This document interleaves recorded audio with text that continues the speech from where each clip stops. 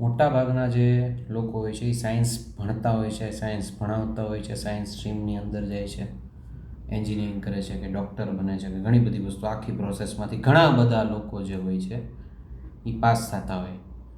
પણ એમને જે બેઝિક ક્વેશ્ચન જો પૂછવામાં આવે કે વોટ ઇઝ સાયન્ટિફિક મેથડ, તો મોસ્ટલી જે લોકો હોય છે એ જવાબ નથી દઈ શકતા. સાયન્ટિફિક મેથડની કોઈને કંઈ ખબર નથી કે આખી પ્રોસેસ શું છે, સાયન્ટિફિક કોઈ વસ્તુને ક્યારે કહી શકો.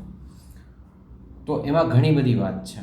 થોડુંક તમે હવે સર્ચ આઉટ કરજો કે સાયન્ટિફિક મેથડ હકીકતે શું કહેવાય, કારણ કે મોસ્ટલી હું અહીંયા જે વાત કરું છું એમાં અમુક % હોમવર્ક પણ હોય છે જે તમારે જાતે થોડુંક કરવાનું હોય છે.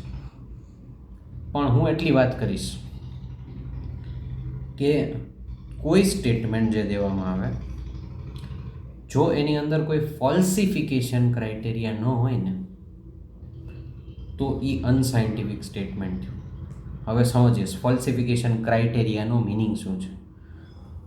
કે લેટ છે કે હું એમ કહું કે આ વસ્તુ અહીંયા પડી છે અને હું મૂકું તો નીચે આવે, બરાબર. આ જે સ્ટેટમેન્ટ છે એ ખોટું ક્યારે પડે, જ્યારે આને મૂકવાથી આ વસ્તુ નીચે ન જાય, ઉપર જાય કે અહીંયા ને અહીંયા રહી.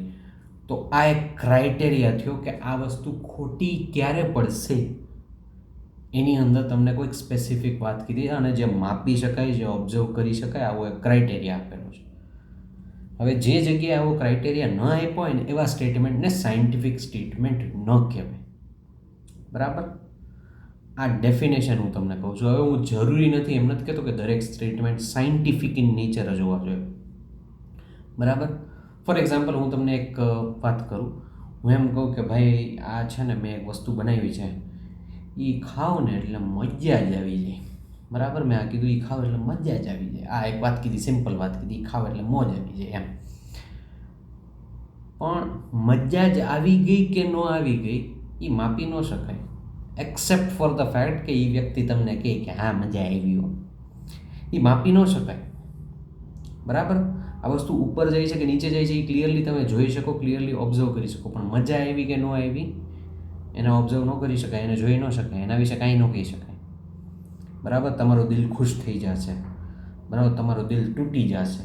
મારું તો દિલ તૂટી ગયું, ક્યાં ગોતું, બરાબર. એટલે આ બધા એક્સપ્રેશન્સ છે અને એક્સપ્રેશન્સ પોતાની જગ્યાએ ફાઇન છે, but that is not called scientific statement. ખાલી આટલી વાત છે, બરાબર. આ ખબર હોવી જોઈએ, એઝ એન અવેર સિટીઝન આપણને આ વસ્તુનો ખ્યાલ હોવો જોઈએ, બરાબર. For that reason I M making this video.